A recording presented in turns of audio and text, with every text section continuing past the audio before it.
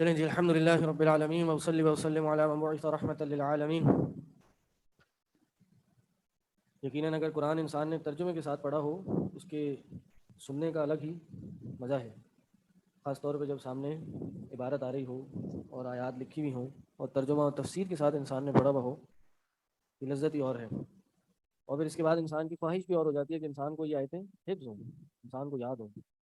اور یہ میں اس لیے سنواتا ہوں، کئی دن بعد آج ہم نے تلاوت چلائی، ایک تو یہ ریوائز بھی ہو جائے جو ہم نے پڑھے، اور پھر ظاہر ہے قرآن اپنے ٹاپکس کو چینج کرتا رہتا ہے، جو قرآن کا ایک خصوصیت بھی ہے قرآن کی، اور قرآن کا ایک اعجاز بھی ہے۔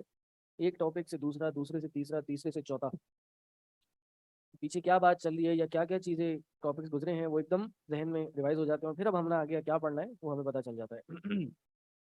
اور اس لیے بھی میں پہلے تلاوت اس لیے چلاتا ہوں، بعد میں آج تک چلا نہیں سکا، آج مجھے انشاءاللہ امید ہے کہ میں چلا لوں گا، کہ ترجمہ سیکھنے سے پہلے تلاوت سننے کا کیا ایکسپیرینس ہے، اور جب ترجمہ آ جائے تو تلاوت سننے کا کیا ایکسپیرینس ہے۔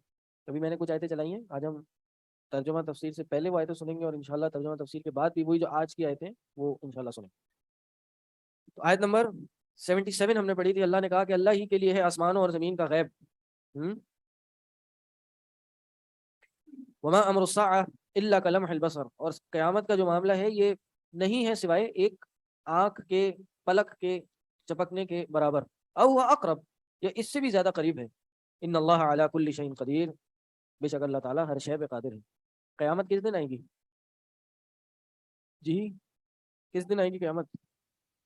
دن جمعے کا دن ہوگا، جمعے کا دن ہوگا۔ ہاں، کس یعنی کہ کس لمحے یا کہہ لیجئے کہ وہ وقت کیا ہوگا یہ کسی کو نہیں پتا، لیکن وہ ہوگا جمعے کا دن۔ اور جمعے کو بھی عصر کا ٹائم ہوگا۔ یہ وہ ٹائم ہے کہ جب لوگ اپنے اپنے دنیاوی کاموں میں بے حد مصروف ہوتے ہیں، عصر کا ٹائم، پھر جمعے کا دن۔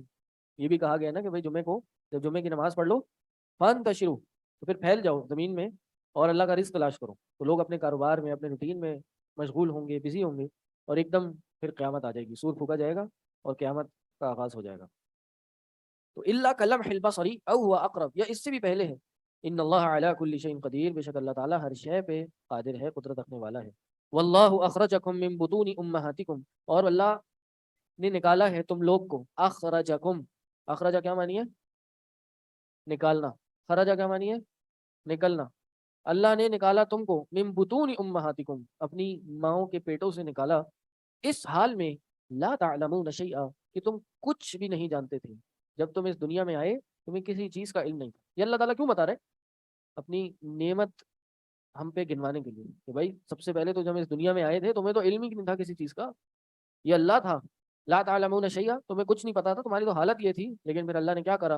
وجعل لکم السمع والابصار والافئدہ، اللہ نے تمہیں سننے کی صلاحیت دی، اللہ نے تمہیں دیکھنے کی صلاحیت دی، والافئدہ، اور تمہیں تمہارے لیے دل بنایا، لعلکم تشکرون، تاکہ تم شکر بجا لاؤ، تاکہ تم شکر بجا لاؤ۔ جی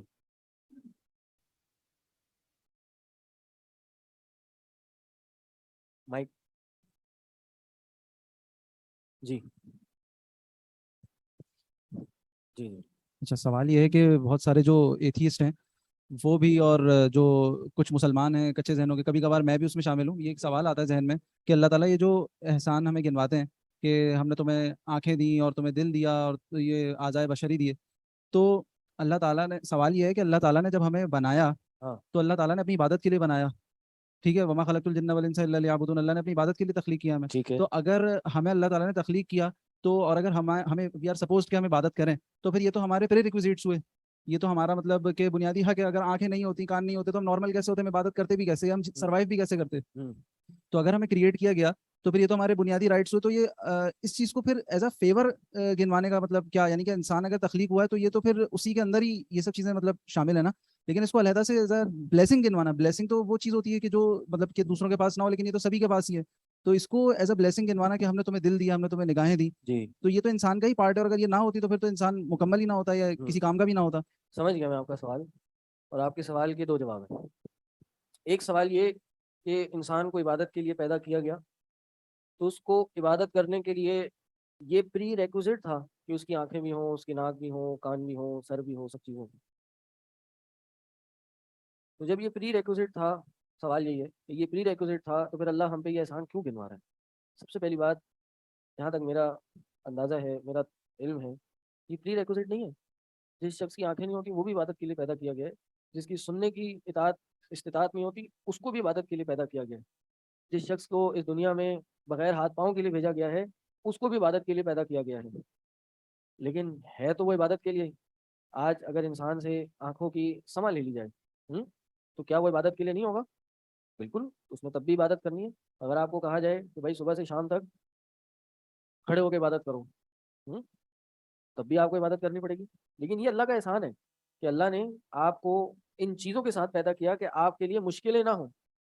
دوسرا ایک سوال جو میں سمجھتا ہوں، یہ پری ریکوزٹ نہیں ہے. یہ نمبر 1. نمبر 2 کہ اگر اللہ نے یہ چیزیں دی ہیں، عبادت کے لیے پیدا کیا ہے، تو اللہ یہ احسانات کیوں گنوا رہا ہے؟ تو یہ تو ریکوائرمنٹ تھی. اب آپ اس کو اس نظر سے دیکھیں، آپ نے ایک کمپنی کھولی، آفس بنایا، اور آفس میں ایک بندہ ہائر کیا، اور آپ نے کہا بھائی میں نے تمہیں کمپیوٹر میں دن میں یہ 100 پیج کی انٹری کرنے کے لیے رکھا ہے. اب وہ آ رہا ہے اور وہ 100 پیج کی انٹری نہیں کر رہا، وہ 50 کی کر رہا ہے، 30 کی کر رہا ہے، بلکہ آپ کا کام نہیں کر رہا، کسی اور کا کام کر رہا ہے.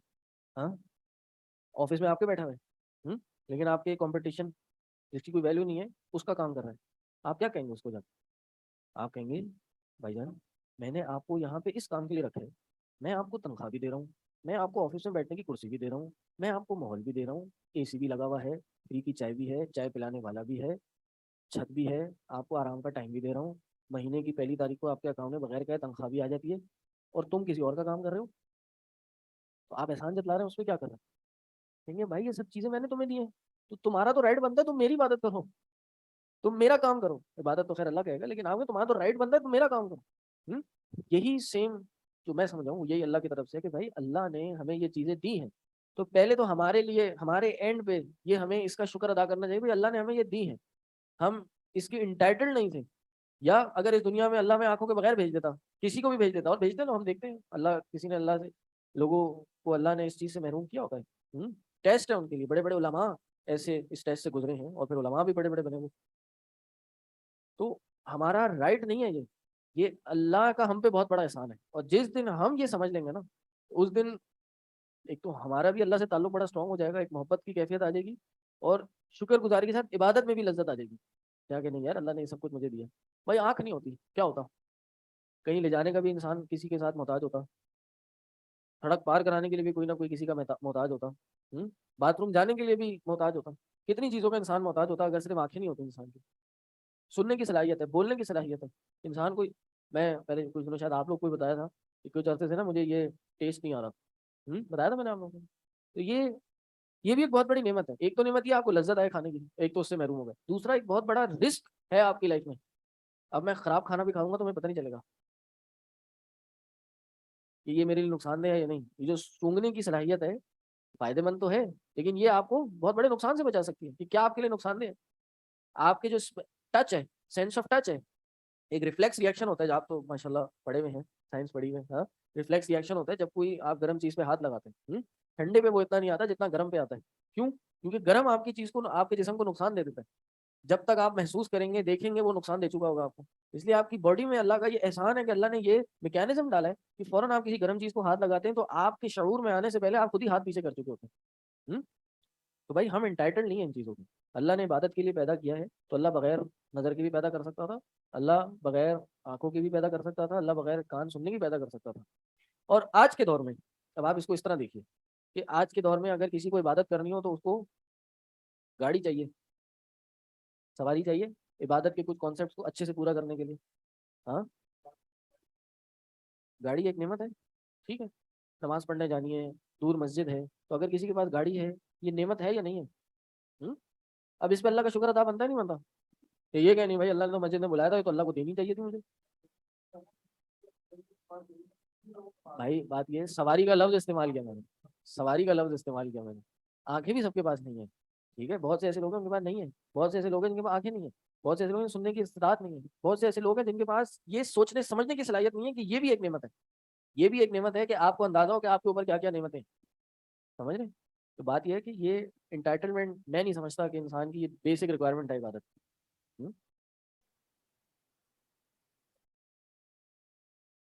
ہاں دیکھیں بڑا اچھا سوال کیا، جواب دیا کہ ہمیں انسان بنایا یہ ہمارا رائٹ نہیں تھا، کوئی اور مخلوق بھی بنا سکتا تھا، مینڈک بنا دیتا. ہاں پھر کیا کرتے آپ؟ اللہ کا فضل ہے، آپ کی شکل صورت انسان جیسی ہے. اگر یہ کسی کی شکل جو ہوتی وہ ایلیگیٹر کی طرح ہوتی، کوئی بندر کی طرح ہوتا، کوئی آسٹرچ کی جگہ چونچ نکلی ہوتی، پھر آپ کیا کرتے؟ ہوں؟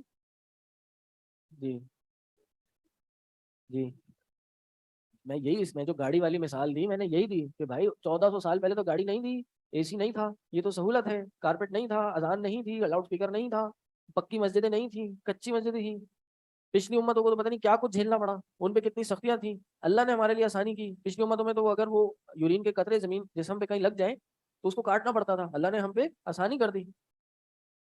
یہ تو اللہ کا رائٹ ہے کہ اللہ نے پیدا کیا، کچھ بھی کر دے ہمارے ساتھ. اللہ اگر چاہتا تو تمہیں ہٹا دیتا تو اور جو تمہاری جگہ کوئی دوسری مخلوق لے آتا. آگے یہی آ رہا ہے کہ اللہ تمہیں ڈھیل دیتا ہے، یؤخر تمہیں ڈھیل دیتا ہے. پیچھے بھی یہ گزرا جی، اللہ کا عین عدل ہوگا یہ بھی. جی چلیں جی. اللہ نے تمہارے لیے سما بنائی، ابصار بنائی، افئدہ لعلکم تشکرون، تاکہ تم شکر کرو. اور یہ بات بھی سمجھ لیں کہ تاکہ تم شکر کرو. آپ کو عبادت سنیں جی، پوائنٹ ایک اور آگے. آپ کو عبادت کے لیے پیدا کیا تو آپ کو یہ آنکھیں دی، آپ کو یہ کان دیے تاکہ آپ شکر کریں، اور شکر کرنا بھی عبادت ہے. شکر کرنا بھی عبادت ہے. اس میں سے آپ کا پوائنٹ بھی تھوڑا پروو ہوتا ہے اور ہمارا پوائنٹ بھی پروو ہو جاتا ہے. لیکن صرف ایک پرسیپشن کی بات ہے. اگر انسان سمجھے جی میں نے تو شکر کرنا ہے، تو میرے پاس کچھ ہوگا تو شکر کروں گا نا، تو اس لیے اللہ نے مجھے سما اور بصر دے دی. لیکن ہم یہ دیکھتے ہیں کہ بہت سے ایسے لوگ ہیں ان کے پاس یہ ہوتے ہوئے بھی وہ شکر نہیں کرتے. تو اس لیے یہ دینے پہ ہم انٹائٹل نہیں ہے، یہ اللہ کا احسان ہے. اور جو اس احسان کو احسان سمجھے گا وہ شکر کرے گا، اور جو انٹائٹل سمجھے گا وہ پھر ناشکر ہی ہوگا. سمجھ رہے؟ چلو. الم یرو الی الطیر مسخرات، کیا تم نے نہیں دیکھا پرندوں کو، مسخرات فی جو السما، کہ جو آسمانوں میں اڑتے رہتے ہیں. مسخرات اللہ نے جن کو مسخر کیا، فی جو السماء، ادھر آسمان کی جو یعنی فضا میں. ہمارے یہاں ایک ایسی اسٹوڈنٹ ہیں، میرا خیال ہے ایئر 3 میں ہیں، جو دیکھ نہیں سکتی. اسٹوڈنٹ ہے ہماری، دیکھ نہیں سکتی وہ، اور وہ یہ کتابیں وغیرہ بھی شاید افورڈ نہیں کر سکتی. ہم ان کو الگ سے ایگزام لیتے ہیں، الگ سے پیپر بھیجتے ہیں ان کو. بھائی اللہ کا احسان ہے کہ آپ اور مجھے دیکھنے سننے کی صلاحیت دی، چل پھر کے یہاں آ سکتے ہیں. اللہ کا شکر ہے. اللہ کی اس نعمت کی قدر کرنی چاہیے.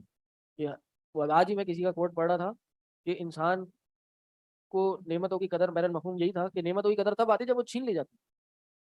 ہم انٹائٹلمنٹ نہیں ہے اس چیز، یہ تو اللہ نے دیا، اللہ کا احسان ہے. اور جس کو نہیں دیا اس کے لیے آزمائش ہے، پھر وہ آزمائش بھی ایک طرح سے اللہ کا احسان ہی ہے اس کو. الم یرو الی الطیر، تم نے پرندوں کو نہیں دیکھا، اللہ نے آسمان کی فضاؤں میں اس کو چلا دیا. ما یمسکون الا اللہ، ما یمسکہن الا اللہ، نہیں انہیں تھامتا سوائے کوئی اللہ کے. آپ دیکھیں پرندے ہیں، وہ آسمان کو، ان کو اڑنا کس نے سکھایا؟ کون سے ٹریننگ انسٹیٹیوٹ سے انہوں نے یہ فلائنگ کی کلاسز لی تھی؟ یہ اللہ تھا، اللہ نے ان کو سکھایا. آپ کوئی پرندہ بنا دیتا پھر کیا ہوتا؟ آپ بھی آسمان میں اڑ رہے ہوتے. بس صبح شام اڑتے رہتے، شام کو گھر آتے، صبح اٹھ کے پھر اڑنا شروع ہو جاتے ہیں. تو یہ اللہ کی قدرت ہے کہ وہ پرندے کو اڑنا بھی سکھاتا ہے. بعض اوقات وہ اس آسمان میں بغیر پر ہلائے بھی اڑ رہے ہوتے ہیں، پھر بھی آسمان میں ٹکے رہتے ہیں، لائٹ کرتے ہیں وہ. یہ صلاحیت ہے. انسان نے ایک کاپی کرنے کے لیے پلین بنایا، کاپی کرنے کے لیے ایک پلین بنایا، اس کو بھی خود اڑنے کی صلاحیت نہیں دے سکا. اس کو بھی انسان کی ضرورت ہے. اس کو بھی پتہ نہیں ایک سیٹ آف چیکس ہیں جو لگانے ہوں گے ایک فلائٹ کرنے سے پہلے. پھر بھی فلائٹس کریش ہو جاتی ہیں، پھر بھی ہزاروں سینکڑوں لوگوں کی جانیں ایک جھٹکے میں چلی جاتی ہیں. اور وہ بھی کائنات بنانے کے کچھ سینکڑوں ہزاروں سال بعد یہ جہاز بنا سکے. یہ ابھی 100 150 200 سال پہلے ہی جہاز بنایا پہلے انہوں نے. تو اتنا عرصہ سے انسانیت ہے، کیا کر سکی؟ کچھ بھی نہیں کر سکی. تو یہ بھی اللہ کی ایک نعمت ہے، اللہ کی قدرت ہے، کائنات کی قدرت ہے. اللہ آسمان پہ یہ پرندے چلاتا ہے، اور اس میں بھی اللہ کی بڑی حکمت ہے اس کائنات کو پورا کرنے کی. یعنی کائنات کا نظام چلانے کے لیے ہر ایک مخلوق ہے. کسی نے کہا کہ جی یہ جو سانپ ہے، سانپ میں کیا خیر ہو سکتی ہے؟ پتا ہے وہ کیا خیر ہو سکتی ہے؟ اب آپ بھی دیکھیں نا، بتا رہے ہیں اینٹی ڈوٹس بنتے ہیں. کیا ہوتے ہیں بھائی اینٹی ڈوٹس؟ زہر کا علاج ہوتا ہے. کسی نے کہا بھائی یہ جو شوگر کین کی فصلیں ہوتی ہیں نا، ان کو یہ سانپ کوئی خاص منرلس دیتے ہیں یا خاص کوئی نیوٹرینٹ ان کی وجہ سے پہنچتا ہے. اگر ان کو ہٹا دیں سانپوں کو تو یہ فصلیں اس طرح سے نہ اگ پائیں جس طرح سے نارمل حالات میں ہوتی. ان فی ذالک لآیات لقوم یؤمنون، بے شک ان میں آیات ہیں، بہت سی نشانیاں ہیں ایمان لانے والی قوم کے لیے. واللہ جعل لکم من بیوتکم سکنا، اللہ نے تمہارے گھروں کو رہنے کا باعث بنایا یا رہنے کی جگہ بنایا. وجعل لکم من جلود الانعام بیوتا، اور تمہارے لیے انعام کی کھالوں میں سے، جلدوں میں سے بھی گھر بنائے. جو ان کی کھالیں تم لیتے ہو تو لیدر کا شاید کوئی ایسا مٹیریل ہے یا ایسی کھالیں ہیں کہ جن سے تم اپنے گھر بنا لیتے ہو اور اس سے تمہیں بارش سے، گرمی سے، دھوپ سے، ہر طرح سے تمہیں بچاؤ ہوتا ہے. تستخفونها یوم ظعنکم. تستخفونها کیا مانا؟ ہاں خفت سے ہے یہ تستخفونها، جس کو تم ہلکا کرتے ہو، یوم ظعنکم، اس دن جس دن تم سفر کر رہے ہوتے ہو. ظعنکم جس دن تم سفر کر رہے ہوتے ہو، کوچ کے دن، اس کو تم ہلکا کرتے ہو اپنے سفر کے دن، یعنی کیری کرنا تمہارے لیے بہت آسان ہے. ٹھیک ہے. وَيَوْمَ اقامتکم، اور تمہارے اقامت کے دن، یعنی جہاں جاتے ہو بس سے تم یہ جلد لے جاتے ہو اور اس سے اپنا گھر بھی بنا لیتے ہو، جہاں رکتے ہو پڑاؤ ڈالتے ہو، وہاں چھت بنا لیتے ہو، خیمہ ڈال لیتے ہو اور رہ لیتے ہو. یہ بھی اللہ کی ایک نعمت ہے کہ بھائی تم نے گائے پالی، تم نے بھینس پالی، تو کیا ہوا؟ ایک عرصہ تم اس کا دودھ پیتے رہے، پھر اس کو ذبح کرنے کا ٹائم آیا، تم اس کو ذبح کر لیا، پھر اس کا گوشت بھی کھایا، خوب کھایا، سیر ہو کے کھایا. پھر کیا ہوا؟ پھر اب وہ مر گئی، تو اب اس کی کھال سے بھی تمہیں فائدہ ہے. یہ بھی اللہ کی نعمت ہے نا. اب اس کی کھال ہی تمہارے استعمال کی نہیں، تم کیا کرتے؟ ومن اصوافها واوبارها واشعارها اثاثا ومتاعا الى حين، اور ان کے اسواف، اسواف جمع کس کی؟ صوف کی، اون سے، اور ان کے اونوں سے، یعنی انعام چوپاہوں کے اونوں سے، واوبارها، اور ان کے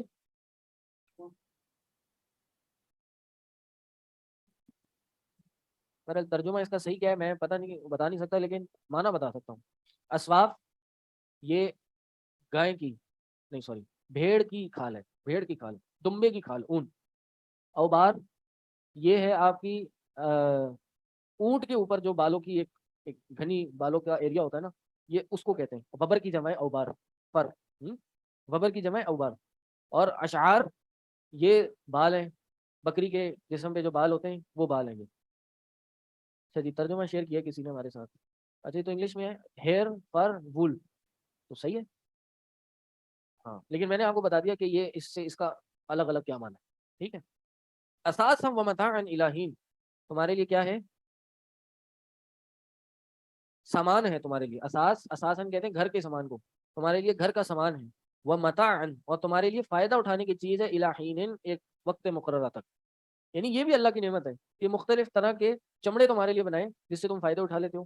بعض اوقات اپنی بیڈ شیٹ، اپنی کلٹس بناتے ہو، اپنی جیکٹس بناتے ہو، اپنے پرسز اور اس طرح کے کپڑے بنا لیتے ہو تاکہ تم سردی سے بچ سکو. یہ بھی اللہ کی نعمت ہے. واللہ جعل لکم مما خلق ظلالا وجعل لکم من الجبال اکنانا، یہ بھی اللہ کی نعمت ہے کہ اللہ نے تمہارے لیے بنائے. وجعل لکم مما خلق، تمہارے لیے بنایا اس میں سے جو اس نے پیدا کیا، ظلال. ظلال کیا ہے؟ سائے بنائے. بھائی یہ بھی اللہ کی نعمت ہے کہ اللہ نے سائے بنائے. اگر اس دنیا میں سایہ نہیں ہوتا، بتائیں جی عبادت ہوتی سائے کے بغیر؟ نعمت ہے نا یہ کہ چھت لگا دی کسی چیز پہ تو اب سایہ مل جاتا ہے، اب آپ سکون میں آ جاتے ہیں. اب عبادت سکون سے ہو رہی ہے. ورنہ دھوپ میں اگر نماز پڑھنی پڑ جائے تو کیا حالت ہوتی ہے؟ اے سی میں نماز پڑھنی پڑے تو کیا حالت ہوتی ہے؟ سکون ہے نا، نعمت ہے اللہ کی. یہ نہیں کہہ سکتے بھائی ہم انٹائٹلڈ ہیں اس کے لیے. یہ تو بھائی ریکوائرمنٹ تھی ہماری کہ ہمارے لیے سایہ ہو. یہ تو ریکوائرمنٹ ہے ہمارے لیے کہ ہمارے لیے اے سی ہو، گاڑی ہو. یہ گاڑی اور اے سی کی مثالیں بھی دے رہا ہوں کہ بھائی 14 سال پہلے وہ تصور نہیں کر سکتا تھا کوئی. تو آج آپ جس چیز کو انٹائٹلمنٹ کہہ رہے ہیں، آج باتھ روم ہے، ایک منٹ، مسجد میں باتھ روم ہے، یہ نعمت ہے نہیں ہے؟ وضو خانہ ہے، یہ نعمت ہے نہیں ہے؟ پانی گھروں میں آ جاتا ہے، یہ نعمت ہے یا نہیں ہے؟ آج کوئی گھر بنائے کسی بستی میں، کسی علاقے میں، کسی شہر میں، اور وہ گھر میں باتھ روم نہ ہو، گھر خریدیں گے آپ؟ آپ کہیں گے بھائی میں تو انٹائٹلڈ ہوں، میری تو ریکوائرمنٹ ہے، زندگی گزارنے کی ریکوائرمنٹ ہے کہ گھر گھر میں واش روم ہو. ہاں 14 سال پہلے تو ریکوائرمنٹ نہیں تھی. تو آج کی جو ریکوائرمنٹ ہے وہ پہلے نہیں تھی. عبادت کے لیے ریکوائرمنٹ یہ اتنی ساری نعمتیں نہیں ہے، یہ ہماری آسانیوں کے لیے کہ اللہ نے آسانیاں پیدا. اللہ نے سایہ بنایا. بھائی یہ سایہ، اللہ کے نبی صلی اللہ علیہ وسلم کی حدیث ہے کہ یہ سایہ بھی، ٹھنڈا پانی بھی، اس کا بھی تم سے قیامت کے دن سوال ہوگا. یہ سورج کی دھوپ ایسی ہوتی ہے کہ جتنے بھی چھت کی تہیں لگا دو یہ دھوپ آ کے رہے گی. کیا کر لیتے آپ اور میں؟ آپ سائنس پڑھے میں، آپ کو پتا ہے آپ کی ارتھ کے اوپر ایک اوزون لیئر ہے. اس کا کیا کام ہے؟ یہ آپ کی الٹرا وائلٹ ریز سے آپ کے اس کو محفوظ کرتی ہے. پینیٹریٹ نہیں ہو، جو اس کی نیگیٹو ریز ہیں جو آپ کو نقصان دے سکتی ہیں اس سے بچاتی ہے آپ کو. لیکن آج آپ کے انسانوں نے کیا کرا؟ اسی کے دشمن بن گئے. اور اب یہ آ رہی اور پوری دنیا کلائمیٹ چینج ہو رہا ہے. شاید تاریخ میں کبھی ایسا ہوا ہو کراچی میں 1 مہینے تک بارش ہوتی رہی ہو. ہوا کبھی؟ میں نے تم دیکھی بھائی 1 مہینہ بارش ہوتی رہی ہو.